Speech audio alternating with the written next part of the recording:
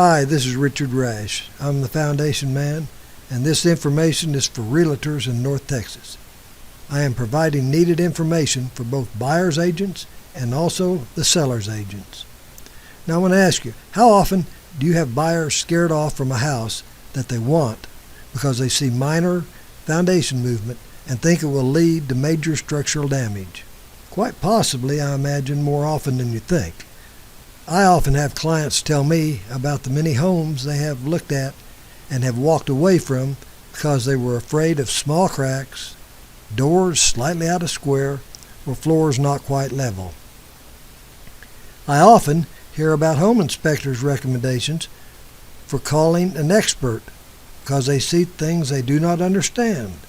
In the great majority of these situations, the first people your customers call are foundation repair companies for free evaluations. And of course they are told that peers are required and the sale is lost.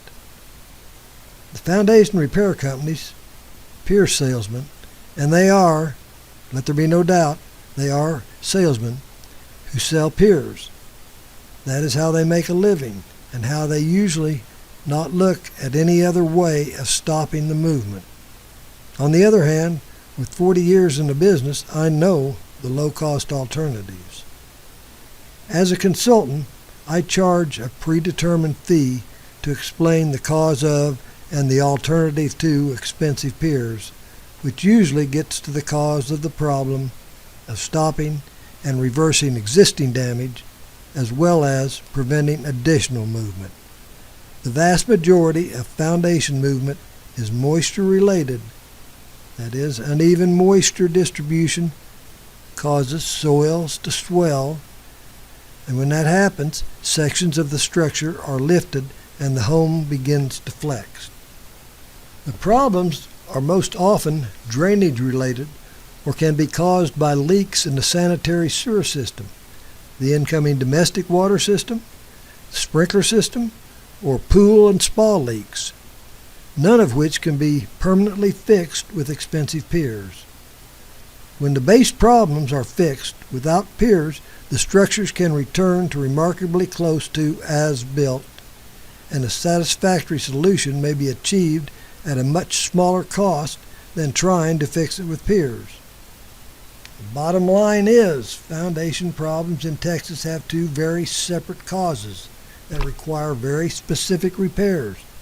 And if the true causes is not determined, the wrong repairs will not only fail to achieve a long-term solution, but in the majority of cases can cause additional damage that can become far worse than the originals, and, I might add, are not covered by the standard foundation repair warranty. In fact, the standard warranty, which is almost all local foundation repair companies in Texas uses, does not cover success of the job, just the piers from failing.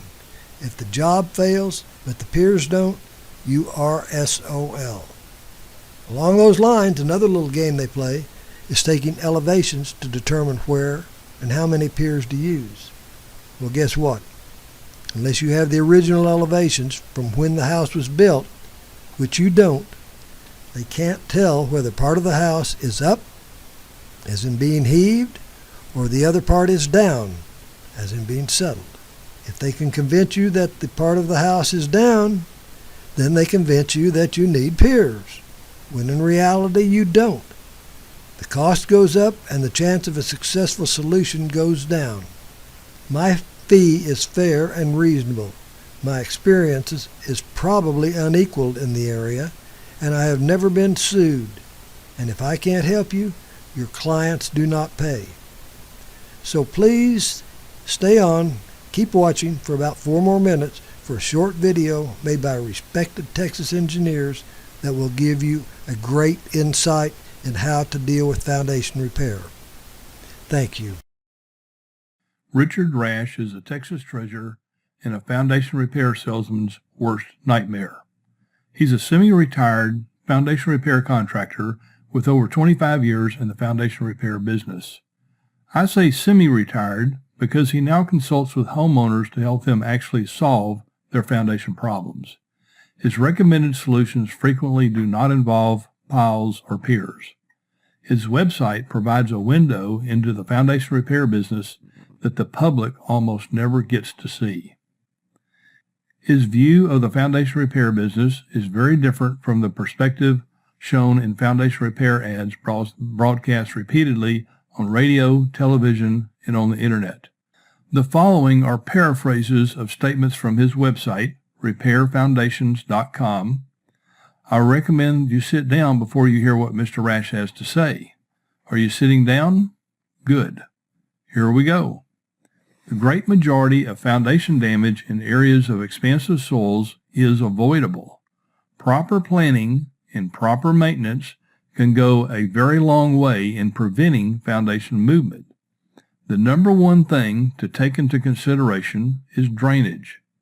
Providing and maintaining proper moisture control around your home will go a long way toward preventing foundation movement and damage. Here is Rash on why piers are not normally needed. In the majority of cases, properly maintaining the soil will stop the movement and often reverse it. In most cases where minor movement is involved, piers are not only unneeded, but can cause additional problems. Is foundation repair a roll of the dice? Rash says that is often the case. If it really appears you need piers, Rash recommends you find out why the building is moving and put a stop to it. If you don't figure out why it's moving, piers are at best a roll of the dice and at worst a big step backwards. Here is what he has to say about repair warranties. Many times their contracts and warranties protect them from being made to fix your problem because the warranty was on the pier and not the problem. Most contracts have a clause that you must go to arbitration to settle disputes. The foundation companies do this regularly, while most homeowners don't.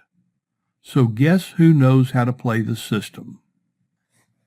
As a real estate agent, you got to know the following paraphrase is true.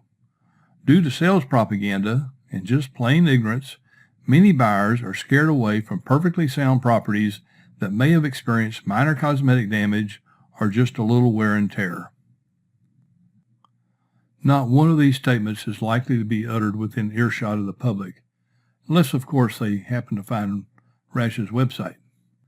Here is one more. Rash on why the repair companies sell piles and piers, not solutions. Foundation repair companies thrive selling piers. Pier salesmen make a living selling piers and are trained to sell piers. Many times when piers are not the least expensive option, the best option, or even a viable option, it's just the only option that makes them money. In my opinion, people who think they may have foundation problems are sitting ducks for a skilled pier salesman, unless they first spend time with an independent engineer or other person like Rash who has a lot of experience with foundations on expansive soils and who can spend the time with them necessary to educate them on what it is they actually face and the proper solution. I hope you found this week's topic to be of interest and of some value to you.